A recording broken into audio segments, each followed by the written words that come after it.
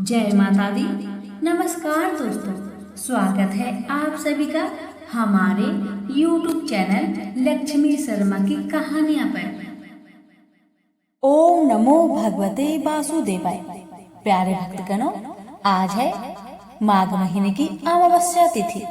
माघ महीने की अमावस्या को मौनी अमावस्या कहा जाता है। तो आज के वीडियो में आप सभी श्रवण करेंगे मौनी अमावस्या व्रत से जुड़ी संपूर्ण कथा एक साथ। इन कथाओं को जो भी भक्त व्रत के दौरान श्रवण करता है उसे मनोवांछित फल प्राप्त होता है। कथा को बड़े ही श्रद्धा से पर संचित मन से पूरा अवश्य सुनेगा। प्रेम से बोलिए उमापति शंकर भगवान की जय, लक्ष्मी नारायण की जय। आइए प्यारे भक्तगणों, कथा की शुरुआत करते हैं गणेश जी से। प्रेम से बोलिए गौरी गणेश की जय। के गांव में एक माँ बेटी रहती थी। एक दिन वह अपनी माँ से कहने लगी कि गांव के सब लोग गणेश मेला देखने जा रहे हैं, मैं भी मेला देखने जाऊंगी। माँ ने कहा कि वहाँ बहुत भीड़ होगी, कहीं तुम गिर जाओगी, तुम्हें चोट लगेगी। लड़की ने माँ की बात नहीं सुनी और गणेश मेला देखने चल पड़ी। माँ ने जाने से पहले बेटी को 2 लड्डू दिए, एक घटी में पानी दिया। माँ ने कहा कि एक लड्डू तो गणेश जी को खिला देना और थोड़ा सा पानी गणेश जी को पिला देना। दूसरा लड्डू तुम खा लेना और बचा हुआ पानी तुम पी लेना। कि मेले में चली गई। मेला खत्म होने पर सभी गांव वाले वापस आ गए, लेकिन लड़की वापस नहीं आई। लड़की मेले में गणेश जी के पास बैठ गई और कहने लगी कि एक लड्डू और पानी गणेश जी तुम्हारे लिए और एक लड्डू और बचा पानी मेरे लिए है। इस तरह कहते कहते सारी रात बीत गई। यह देखकर गणेश जी सोच में पड़ गए कि अगर मैंने यह लड्डू और पानी नहीं पिया तो यह बच्ची अपने घर को नहीं जाएगी। यह सोचकर गणेश जी एक लड़के के वेश में आए और उससे एक लड्डू खा लिया और साथ ही थोड़ा पानी भी पी लिया। फिर वह कहने लगे कि मांगो, तुम क्या मांगती हो।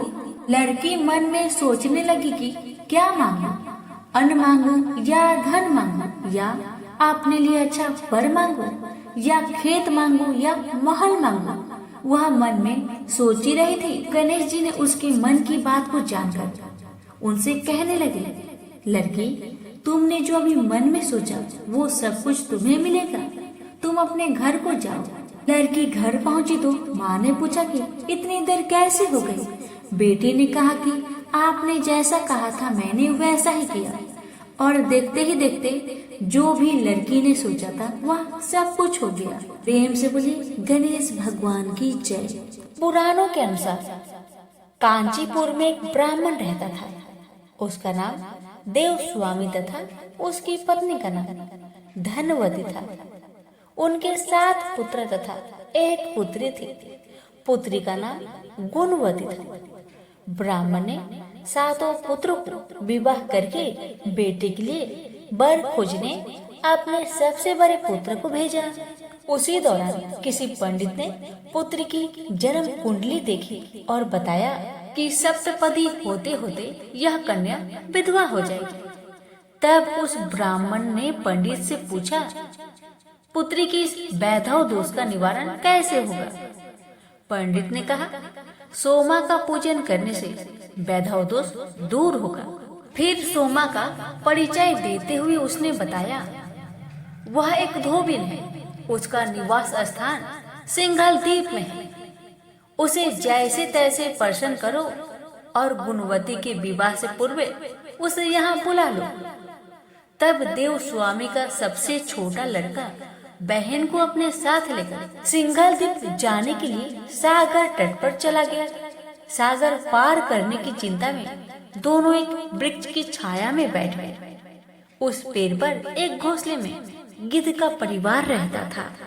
उस समय घोंसले में सिर्फ गिद्ध के बच्चे थे। गिद्ध के बच्चे भाई बहन के क्रियाकलापों को देख रहे थे।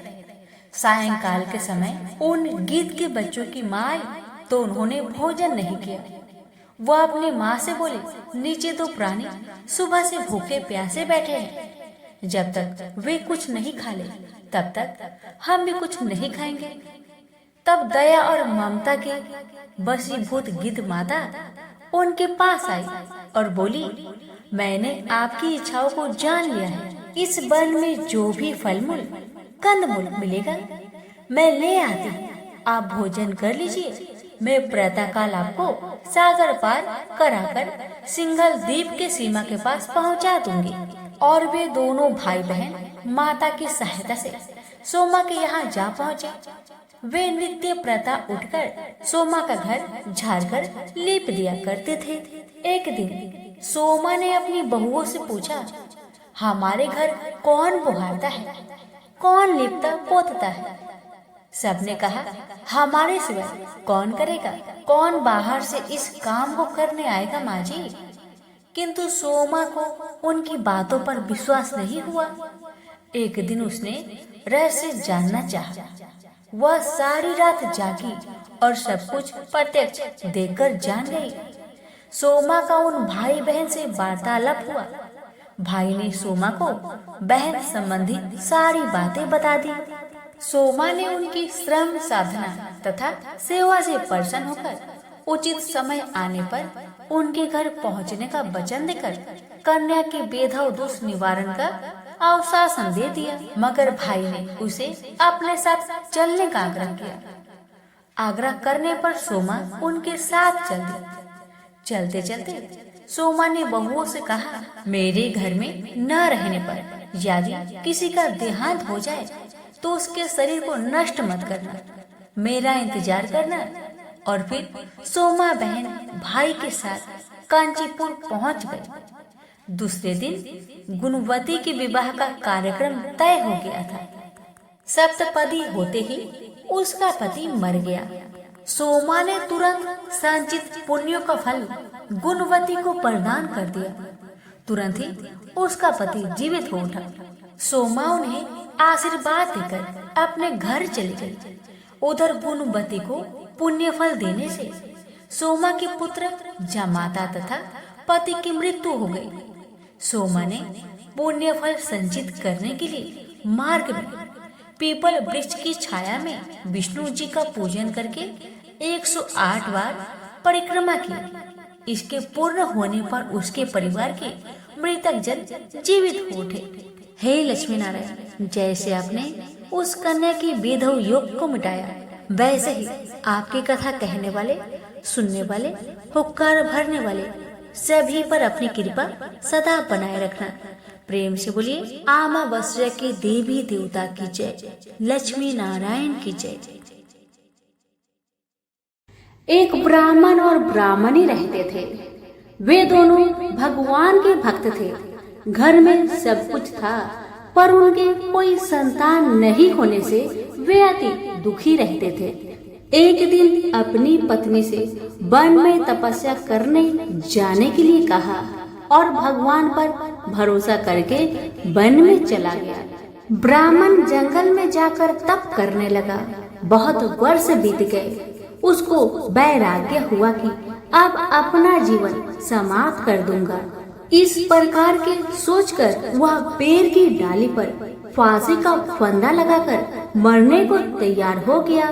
तब अमावस्या माता प्रकट होकर बोली, हे ब्राह्मण, तुम्हारे 7 जन्मों तो कोई भी संतान नहीं लिखा है, किंतु मैं तुम्हें 2 कन्याओं का वरदान देती हूँ। एक का नाम अमावस्या, दूसरी का नाम पूनम रख देना। तेरी स्त्री को कहना कि वह अमावस्या का व्रत या उपवास करे।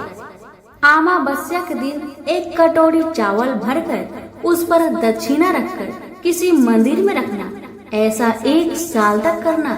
1 कटोरी चावल सहित दान करते रहना। ब्राह्मण घर आया, अपनी पत्नी को बताया और अमावस्या के दिन ब्राह्मणी ने व्रत रखा। कुछ दिन बाद उसके 2 कन्या हुई। तब उसने एक का नाम अमावस्या और दूसरी का नाम पूनम रखा। कन्या जब बड़ी हो गई तो उनका विवाह किया। बड़ी बहन अमावस्या बहुत धार्मिक थी, जबकि छोटी बहन भगवान को बिल्कुल नहीं मानती थी। बड़ी बहन के घर में तो अन्य धन के भंडार भरपूर था। पर छोटी बहन पूनम के दुख का पार नहीं था। जब बड़ी बहन अमावस को छोटी बहन के बारे में सब कहानी मालूम हुआ कि उसकी बहन बहुत दुखी है, तब अमावस्या गाड़ी भरकर सामान लेकर घर गई और छोटी बहन को कहा, बहन पूनम, तुम भी अमावस्या का व्रत करो और पूजा करके उपवास करो, जिससे तुम्हारे घर में सुख समृद्धि का भंडार भरेगा।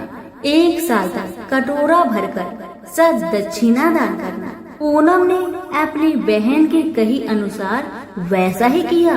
कुछ दिनों के बाद उसके भी घर में धन धान्य और संतान को वृद्धि होने लगी। इस प्रकार जो भी अमावस्या माता का व्रत आदि विधि पूर्वक करेगा, उसके घर में सुख समृद्धि का भंडार सदा भरी रहेगी। तभी प्रेम से बोलो, अमावस्या मैया की जय हो। एक बार श्री हरि नारायण देवी लक्ष्मी से बोले, लोगों में कितनी भक्ति बढ़ गई है, सब नारायण नारायण कहते हैं। भगवान की बात सुनकर लक्ष्मी जी बोली, आपको पाने के लिए नहीं, मुझे ही पाने के लिए भक्ति बढ़ गई है। इस पर श्री हरि बोले, लोग लक्ष्मी लक्ष्मी ऐसा जाप नहीं करते हैं। ये सब संवाद के बाद देवी लक्ष्मी बोली, अगर आपको विश्वास ना हो तो परीक्षा हो जाए। जिसके बाद भगवान विष्णु एक गांव में ब्राह्मण का रूप धारण करके गए और एक घर का दरवाजा खटखटाया। अरे के यजमान, द्वार खोलकर पूछा, आप कौन है? तो प्रभु बोले, हम तुम्हारे नगर में परमात्मा का कथा कीर्तन करना चाहते हैं। जिस पर यजमान बोला, ठीक है महाराज, जब तक कथा होगी आप मेरे घर रहे। बाद में गांव के कुछ लोग इकट्ठा हो गए और सारी तैयारी कर दी। पहले दिन कुछ लोग आए, अब प्रभु स्वयं कथा कह रहे थे तो संगत बढ़ी। दूसरे और तीसरे दिन और भीड़ हो गई। विष्णु जी खुश हो गए कि कितनी भक्ति है लोगों के भीतर। उधर लक्ष्मी जी ने सोचा कि अब देखा जाएगा क्या चल रहा है। तब देवी ने बूढ़ी माता का रूप लिया और उस नगर में पहुंची जहां एक महिला ताला बंद करके कथा में जा रही थी कि देवी उसके द्वार पर पहुंची और बोली, बेटी जरा पानी पिला दे। देवी की बात सुनकर महिला बोली, माता जी 3:30 बजे हैं, मुझे प्रवचन में जाना है। जिस पर लक्ष्मी जी बोली, बेटा पानी पिला दे, मुझे बड़ी जोर से प्यास लगी है। तब उस महिला ने लोटा भर के पानी घर से लाई और माता ने पिया।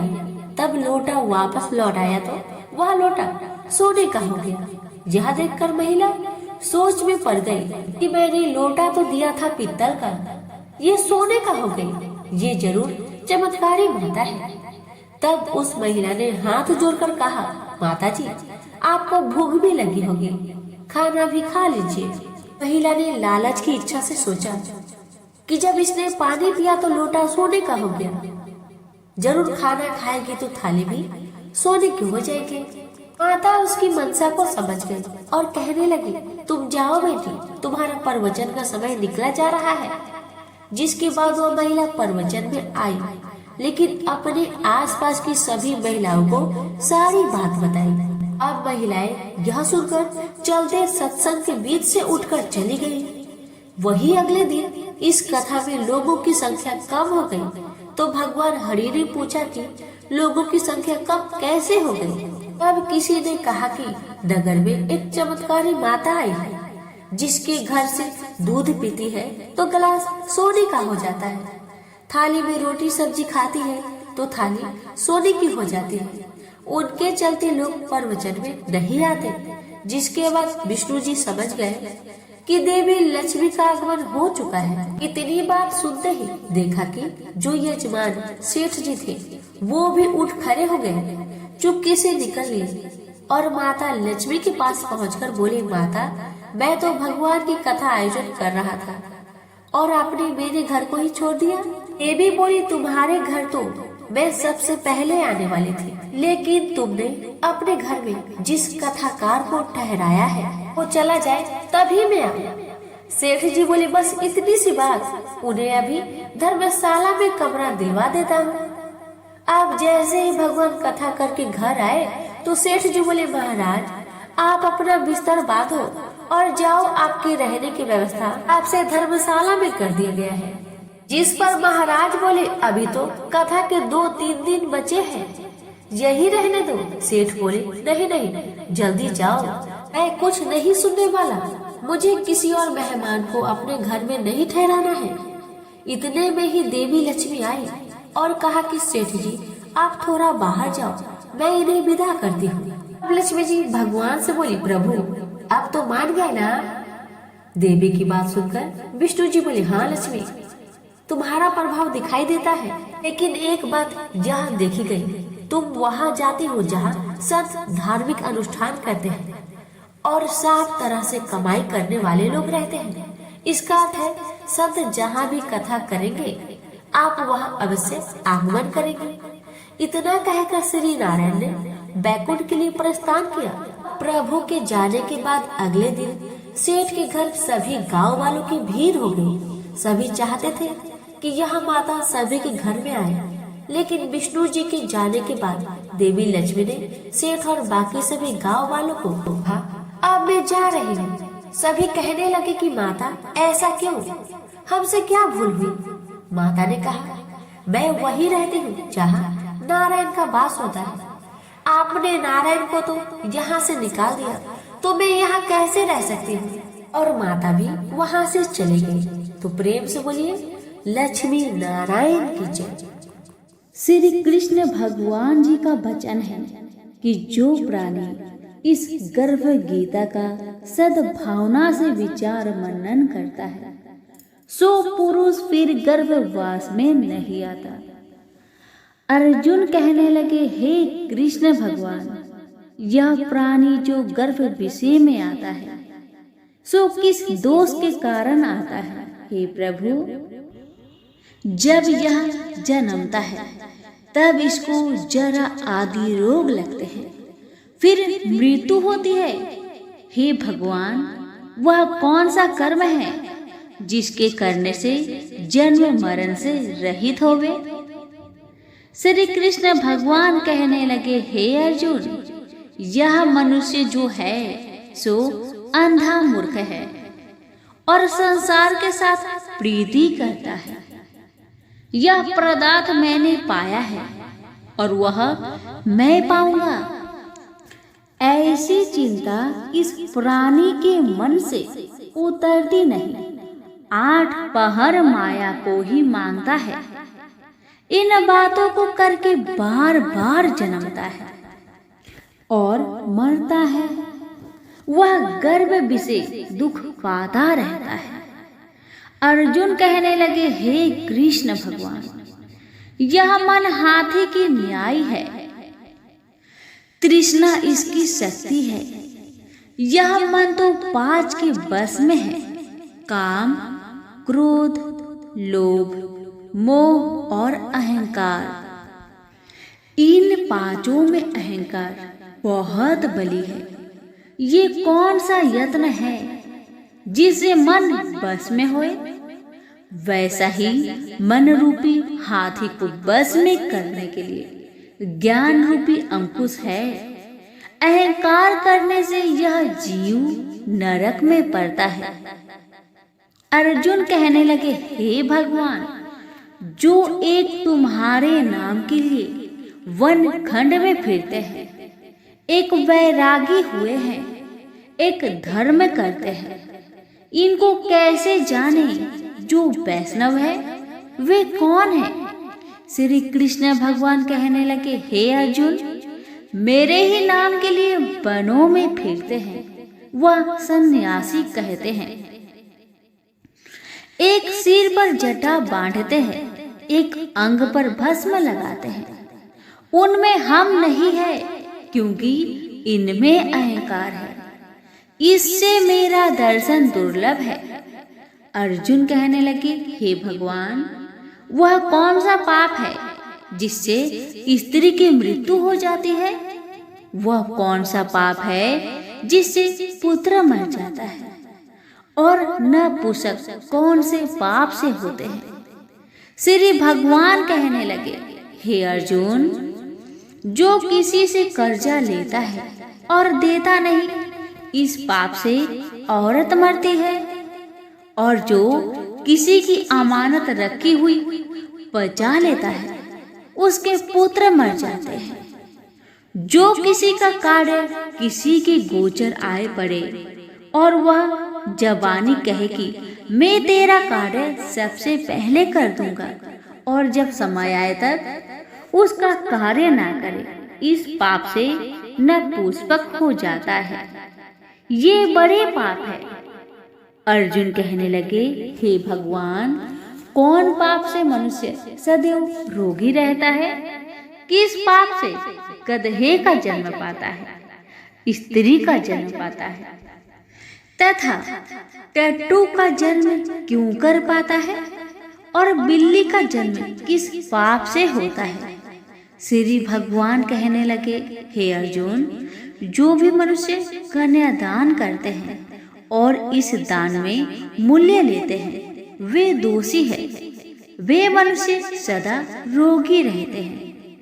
जो विषय विकार के वास्ते मदिरा पान करते हैं, वे टट्टू का जन्म पाते हैं, और जो झूठी गवाही भरते हैं, वह औरत का जन्म पाता है। जो रसोई बना के पहले आप भोजन कर लेती है और पीछे परमेश्वर को अर्पण करती है, तो वे बिल्ली का जन्म पाती है। और जो मनुष्य अपनी झूठी वस्तु दान करते हैं, औरत का जन्म पाते हैं, वह गुलाम औरतें होती है। अर्जुन कहने लगे, हे भगवान, कई मनुष्यों को आपने स्वर्ण दिया है, सो उन्होंने कौन सा पुण्य किया है? और कई मनुष्यों को आपने हाथी घोड़ा रथ दिए हैं, उन्होंने कौन सा पुण्य किया है? श्री भगवान कहने लगे, हे अर्जुन, जिन्होंने स्वर्ण दान किया है, उनको हाथी घोड़े वाहन मिलते हैं। जो परमेश्वर के निमित्त कन्यादान करते हैं, सो पुरुष का जन्म पाते हैं। अर्जुन कहने लगे, भगवान, जिन पुरुषों के अंदर विचित्र शरीर है, उन्होंने कौन सा पुण्य किया है? किसी दो के घर संपत्ति है, कोई विद्वान है, उन्होंने कौन सा पुण्य किया है? श्री भगवान कहने लगे, हे अर्जुन, जिन्होंने अन्न का दान किया है, उनका सुंदर स्वरूप है। जिन्होंने विद्या दान किया है, वह विद्यावान होते हैं। जिन्होंने संतों की सेवा की है, वह पुत्रवान होते हैं। अर्जुन कहने लगे, हे भगवान, किसी को धन से प्रीति है, कोई को स्त्रियों से प्रीति करते हैं। इसका क्या कारण है, समझाकर कहिए। श्री कृष्ण भगवान कहने लगे, हे अर्जुन, धन और स्त्री सब नाश रूप है, मेरी भक्ति का नाश नहीं है। अर्जुन कहने लगे, भगवान, यह राजपाट किस धर्म के करने से मिलता है? विद्या कौन से धर्म करने से मिलती है? श्री कृष्ण भगवान कहने लगे, हे अर्जुन, जो प्राणी काशी जी में निष्काम भक्ति से तप करते हुए देह त्यागते हैं, वह राजा होते हैं, और जो गुरु की सेवा करते हैं, सो विद्वान होते हैं। अर्जुन कहने लगे, हे भगवान, किसी को धन अचानक बिना किसी परिश्रम से ही मिलता है, सो उन्होंने कौन सा पुण्य किया है? श्री कृष्ण भगवान कहने लगे, अर्जुन, जिन्होंने गुप्त दान किया है, उनको धन अचानक मिलता है। जिसने परमेश्वर निमित्त पराया कार्य संवारा है, वह मनुष्य रोग से रहित होते हैं। अर्जुन कहने लगे, हे भगवान, कौन से पाप से अमली होते हैं, और कौन पाप से गूंगे होते हैं, और कौन पाप से कुष्ठी होती है? श्री कृष्ण भगवान कहने लगे, हे अर्जुन, जो आदमी नीच कुल की स्त्री से गमन करते हैं, सो अमली होते हैं। जो गुरु से विद्या पढ़कर मुकर जाते हैं, सो गूंगे होते हैं। जिन्होंने गो घात किया है, वे कुष्ठी होते हैं। अर्जुन कहने लगे, हे भगवान, जिस किसी पुरुष की देह में रक्त का विकार होता है वह किस पाप से होता है। और कोई दरिद्र होते हैं, किसी को खरक वायु होती है, और कोई अंधे होते हैं, तो कोई पंगुल होते हैं, सो कौन से पाप से रहित होते हैं। और कई स्त्रियां बाल विधवा होती है, तो यह किस पाप से होती है। श्री कृष्ण भगवान कहने लगे, हे अर्जुन, जो सदा क्रोधवान रहते हैं उन्हें रक्त विकार होता है। जो मलिन रहते हैं वह सदा दरिद्र होते हैं। जो कुकर्मी ब्राह्मण को दान देते हैं उनके खरक वायु होते हैं। जो पराई स्त्री को निर्वस्त्र देखते हैं, गुरु की पत्नी को कुदृष्टि करते हैं, सो अंधे होते हैं। जिसने गुरु और ब्राह्मण को लात मारी है सो लंगड़ा व पंगुला होता है। जो औरत अपने पति को छोड़कर पराये पुरुषों से संग करती है सो वह बाल विधवा होती है। अर्जुन कहने लगे, हे भगवान, आप पर ब्रह्मा हो, आपको नमस्कार है। आगे मैं आपको संबंधी जानता था, परंतु अब मैं ईश्वर रूप जानता हूँ। हे पर ब्रह्मा, गुरु दीक्षा कैसी होती है, सो कृपा करके मुझको कहिए। श्री कृष्ण भगवान बोले, हे अर्जुन, तुम धन्य हो, तुम्हारे माता पिता भी धन्य हैं, जिनके तुम ऐसे पुत्र हो। हे अर्जुन, सारे संसार का गुरु जगन्नाथ, विद्या का गुरु काशी, चारों वर्णों का गुरु सन्यासी है। सन्यासी उसको कहते हैं जिन्हें सबका त्याग करके मेरे प्रति मन लगाया है, सो ब्राह्मण जगत गुरु है। हे अर्जुन, यह बात ध्यान देकर सुनने की है। गुरु कैसा करे, जिसने सब इंद्रिया जीती हो, जिसको सब संसार ईश्वरमय नजर आता हो और सब जगत से उदास हो। ऐसा गुरु करे जो परमेश्वर को जानने वाला हो और उस गुरु की पूजा सब तरह से करे। हे अर्जुन, जो गुरु काम भक्त होता है और जो प्राणी गुरु की पूजा सब तरह से करे। हे अर्जुन, जो गुरु का भक्त होता है और जो प्राणी गुरु के सम्मुख होकर भजन करते हैं उसका भजन करना सफल है। जो गुरु से विमुख है उनको 7 ग्राम मारे का पाप है। गुरु से विमुख प्राणी दर्शन करने योग्य नहीं होते।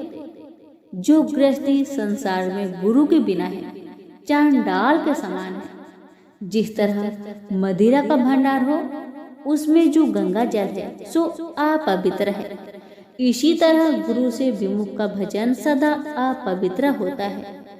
उसके हाथ का देवता भी नहीं लेते, उसके सब कर्म निष्फल है। कुकर, शुकर, गंधर्व, काग, ये सब की सब योनियों में बड़ी खोटी योनि है। इन सब से यह मनुष्य खोटा है। जो गुरु नहीं करता, गुरु बिना गति नहीं होती, यह अवश्य नरक हो जाएगा। गुरु दीक्षा बिना प्राणी के सब कर्म निष्फल होते हैं।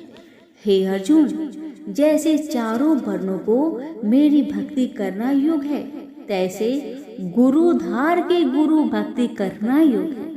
जैसे गंगा नदियों में उत्तम है, सब व्रतों में एकादशी का व्रत श्रेष्ठ है, वैसे ही अर्जुन शुभ कर्मों में गुरु सेवा उत्तम है। गुरु दीक्षा बिना प्राणी पशु योनि पाता है। जो धर्म भी करता है सो पशु योनि में फल भोगता है। 84 योनियों में भ्रमता रहता है। अर्जुन कहने लगे, हे श्री कृष्ण भगवान, गुरु दीक्षा क्या वस्तु है। कृष्ण भगवान कहने लगे, हे अर्जुन, धन्य जन्म है तेरा जिसने यह प्रश्न किया है, तू धन्य है। गुरु दीक्षा के 2 अक्षर है, हरिओम। इन अक्षरों को गुरु कहता है। यह चारों वर्णों को अपनाना श्रेष्ठ है। हे अर्जुन, जो गुरु की सेवा करता है उस पर मेरी प्रसन्नता है। वह 84 से छूट जाएगा, जन्म मरण से रहित हो नरक नहीं भोगता। गुरु की सेवा करता है उसको कई अश्वमेघ यज्ञ के पुण्य का फल मिलता है। गुरु की सेवा मेरी सेवा है। हे अर्जुन, हमारे तुम्हारे संवाद को जो पढ़े सो गर्भ के दुख से बचेंगे, 84 कट जाएगी। इसी से इस पाठ का नाम गर्भ गीता है। श्री कृष्ण भगवान जी के मुख से अर्जुन ने श्रवण की है। गुरु दीक्षा लेना उत्तम कर्म है। उसका फल है कि नरक से वह 84 जीव से बचा रहता है। भगवान बहुत प्रसन्न होते हैं। सभी प्रेम से बोलिए श्री कृष्ण भगवान की जय। एक गांव में एक शिकारी परिवार रहा करते थे। धर्मकेतु और उसकी पत्नी निधा, उनकी 5 बेटी थी। एक भी बेटा नहीं था जो वंश को आगे बढ़ाए, इसलिए धर्मकेतु दूसरी शादी करना चाहता था। निधा बहुत चिंतित और उदास रहती थी। एक दिन देवी चंडी एक ब्राह्मणी भेष में निधा के पास भिक्षा मांगने गई। निधा के व्यवहार से चंडी प्रसन्न होकर कुछ मांगने को कहा। निधा ने कहा, मेरे पास सब कुछ है पर कोई पुत्र नहीं है। चंडी के आशीर्वाद से उसे पुत्र की प्राप्ति हुई। नाम कालकेतु था, बड़ा ही वीर था। बड़ा हुआ उसका शादी फुलेरा से हुआ। वह सुशील लड़की थी। उसके आने से पहले शिकार कर लाया हुआ मांस कालकेतु की माँ हाट में बेचने जाया करती थी, पर उसके आ जाने के बाद अब कालकेतु जंगल से जानवरों का शिकार कर लाता। फुलेरा उसके मांस, छाल, दांत आदि को हाट में बेचने जाया करती थी। हाट का मतलब है बाजार में बेचने जाया करती थी। बेटे ने घर अच्छे से संभाल लिया था। ये देखकर पति पत्नी काशी चले गए। अब हर रोज की तरह दोनों अपने काम में लगे रहते थे। कालकेतु इतना ज्यादा शिकार करता कि जंगल के जानवर डरने लगे। सभी जानवरों ने जंगल के राजा सिंह से गुहार लगाई। गेंडे ने कहा, राजा जी, मैं बहुत दुखी हूँ, मेरे 7 भाई मारे गए। हिरनी ने कहा, मैं पतिहीन हो गई हूँ, जीवन बहुत पीड़ा दे रही है, मौत भी नहीं आ रही है। बंदर ने कहा, मैं वंश विहीन हो गया हूँ, कालकेतु मेरे बच्चों को बांधकर बेच दिया। इसी तरह सभी जानवरों ने अपनी पीड़ा को राजा के सामने रखा। उन्होंने कहा, हम लोग आपके राज्य से कहीं और चले जाएंगे। सिंह राजा ने कहा, आप लोग नहीं डरे, मैं स्वयं कालकेतु से लड़कर आप लोगों की रक्षा करूंगा। सिंह और कालकेतु में युद्ध हुआ। सिंह भाग गया और कालकेतु जीत गया। सभी जानवर अब देवी चंडी के पास पहुँचे और उनसे विनती किए, माँ, हमें कालकेतु के हाथों से बचाओ। वह सभी जानवरों का शिकार कर रहा है, उससे छिपने का कोई जगह नहीं बचा है। हम कहाँ जाए माँ, हम क्या करें? तब चंडी माता ने सभी जानवरों को छुपा लिया और स्वयं एक सांप के रूप में बनकर जंगल के बीच में बैठ गए। उधर कालकेतु जंगल में जानवरों का शिकार करने निकला तो उसे कोई जानवर नहीं मिला। वह चिंतित होने लगा। उसका जीवन तो बस जानवर पर ही टिका था। अब वे क्या खाएंगे और क्या पिएंगे? जंगल में उसे स्वर्ण गोधिका दिख गई, जो कि चंडी माता ने अपना वेश धारण करके बनाया था। स्वर्ण गोधिका का देखना अब शकुन माना जाता है, इसलिए कालकेतु को गुस्सा आया और आगे बढ़ गया। उसने पूरी जंगल छान मारी पर कोई जानवर नहीं मिला। उसका दिन बिगड़ गया। आते वक्त उसने फिर से स्वर्ण गोधिका को देखा। उसने उसे पकड़ लिया और गुस्से से कहा, आज तुम्हें ही जिंदा पकाकर खाऊंगा। जब कालकेतु घर आया तो फुलेरा घर पर नहीं थी। पड़ोसी से पता चला वह बाजार गई है। कालकेतु स्वर्ण गोधिका को रस्सी से बांधकर फुलेरा के पास पहुंचा। फुलेरा बोली, घर में खाने को कुछ नहीं है और ये बासी मांस कोई नहीं खरीद रहा है। कालकेतु ने फुलेरा को पड़ोसी से शिवली फूल के बदले चावल उधार मांगने को कहा और कहा घर पर स्वर्ण गोधिका है, उसे पका लेना। कालकेतु बाजार में रहकर बासी मांस बेचने लगा और फुलेरा चावल लेकर घर पहुंची। घर में स्वर्ण गोधिका नहीं था, बल्कि एक 16 साल की सुंदर कन्या रस्सी से बंधी थी। फुलेरा उसे देखकर डर गई कि इतनी सुंदर कन्या यहाँ क्या कर रही है। उसने कहा, तुम कौन हो, यहाँ क्या कर रही हो? कन्या ने कहा, मैं ब्राह्मण कन्या हूँ, मैं जंगल बीच में बैठी थी तो तुम्हारे पति ने मुझे यहाँ लाया है। ये सुनकर उसे गुस्सा आया, ये सोचकर कि कहीं ये मेरी सौतन तो नहीं, पर शांत होकर बड़े प्यार से उसे कालकेतु और अपना कष्टदायक जिंदगी के बारे में कहने लगे ताकि वह कन्या अपने घर चली जाए, पर कन्या मानने को तैयार नहीं हुई। फुलेरा कालकेतु के पास बाजार पहुंची और बोली, आप किसे घर लाए हैं?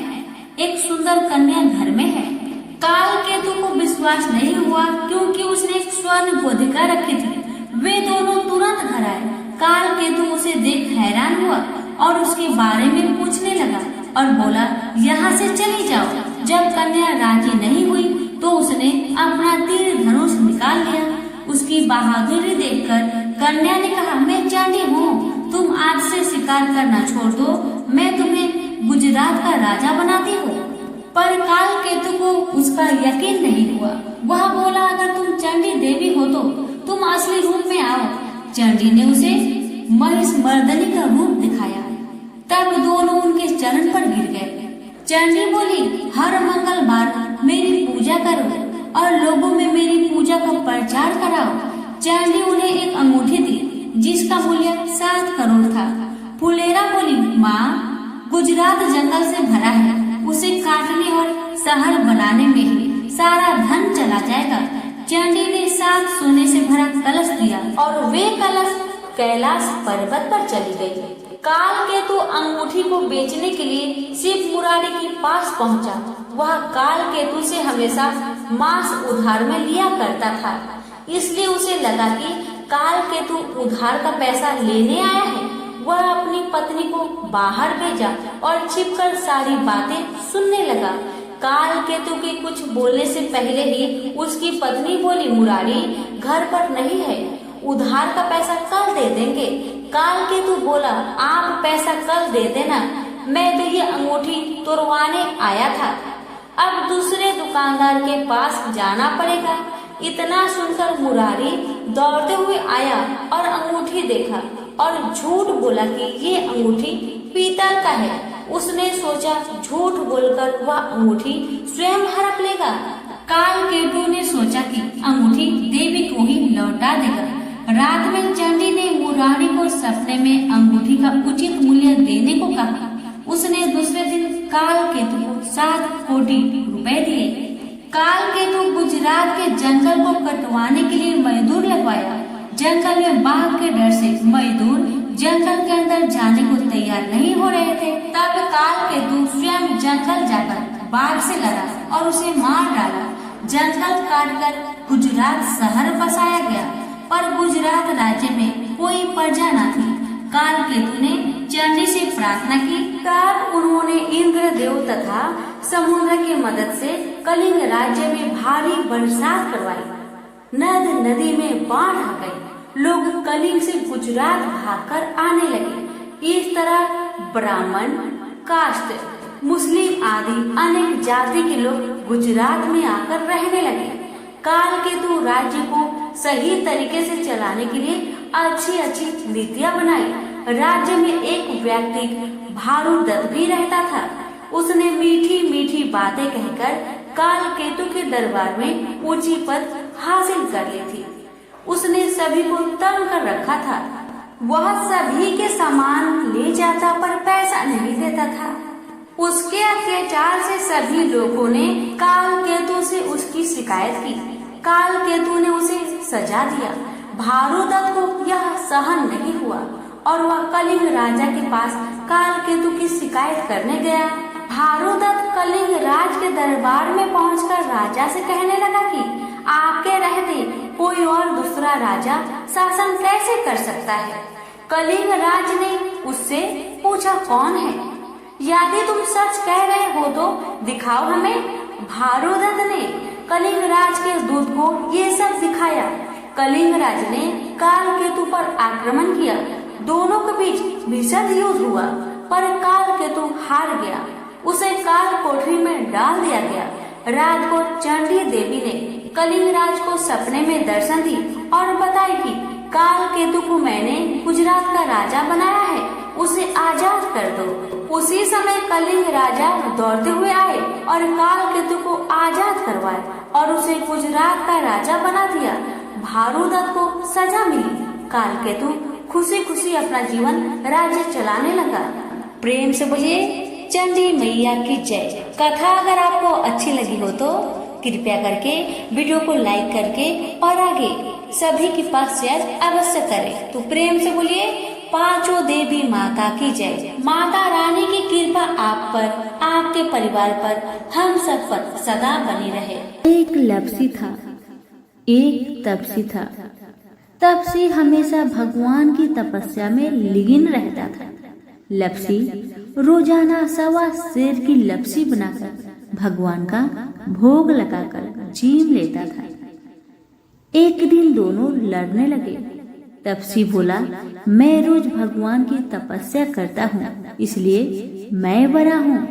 तपसी बोला, मैं रोज भगवान को 1.25 सेर लापसी का भोग लगाता हूँ, इसलिए मैं बड़ा हूँ। नारद जी वहाँ से गुजर रहे थे। दोनों को लड़ता देखकर उनसे पूछा कि तुम क्यों लड़ रहे हो? तपसी ने खुद के बड़ा होने का कारण बताया और लपसी ने अपना कारण बताया। नारद जी बोले, तुम्हारा फैसला मैं कर दूंगा। दूसरे दिन लपसी और तपसी नहाकर अपनी रोज की भक्ति करने आए तो नारद जी ने छुपकर 1.25 करोड़ की एक अंगूठी उन दोनों के आगे रख दी। तपसी की नजर जब अंगूठी पर पड़ी तो उसने चुपचाप अंगूठी उठाकर अपने नीचे दबा ली। लपसी की नजर अंगूठी पर पड़ी लेकिन उसने ध्यान नहीं दिया। भगवान को भोग लगाकर लपसी खाने लगा। नारद जी सामने आए तो दोनों ने पूछा कि कौन बड़ा है? तो नारद जी ने तपसी से खड़ा होने को कहा। वो खड़ा हुआ तो उसके नीचे दबी अंगूठी दिखाई पड़ी। नारद जी ने तपसी से कहा, तपस्या करने के बाद भी तुम्हारी चोरी करने की आदत नहीं गई, इसलिए लपसी बड़ा है और तुम्हें तुम्हारी तपस्या का कोई फल भी नहीं मिलेगा। तपसी शर्मिंदा होकर माफी मांगने लगा। उसने नारद जी से पूछा, मुझे मेरी तपस्या का फल कैसे मिलेगा? नारद जी ने कहा, यदि कोई गाय और कुत्ते की रोटी नहीं बनाएगा तो फल तुम्हें मिलेगा। यदि कोई ब्राह्मण को भोजन करवाकर दक्षिणा नहीं देगा तो फल तुम्हें मिलेगा। यदि कोई साड़ी के साथ ब्लाउज नहीं देगा तो फल तुझे मिलेगा। यदि कोई दिए से दिया जलाएगा तो फल तुझे मिलेगा। यदि कोई सारी कहानी सुने लेकिन तुम्हारी कहानी नहीं सुने तो फल तुझे मिलेगा। उसी दिन से हर व्रत कथा कहानी के साथ लपसी तपसी की कहानी भी सुनी और कही जाती है। तो प्रेम से बोलिए विष्णु भगवान की जय। धन्यवाद।